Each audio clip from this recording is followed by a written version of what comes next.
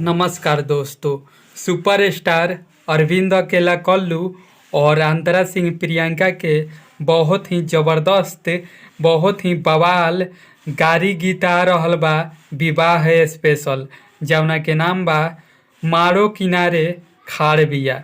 हम आप सबके बता दी एकर गीतकार बानी बोस रामपुरी और संगीत देले बानी श्याम सुंदर आदिशक्ति फिल्म्स के। ये गाना के काल सवेरे आदिशक्ति फिल्म्स पर रिलीज कइल जाई तो जरूर सुनेम। विवाह स्पेशल सॉन्ग अरविंद अकेला कल्लू के मारो किनारे खाड़ बिया। अपडेट कैसन लागल कमेंट बॉक्स में ज़रूर बताएम। भोजपुरी के सारा अपडेट जाने खातिर हमरा चैनल के सब्सक्राइब जरूर करेम। मिलतानी अगला वीडियो में, तब तक खातिर नमस्कार, बाय बाय, जय हिंद दोस्तों।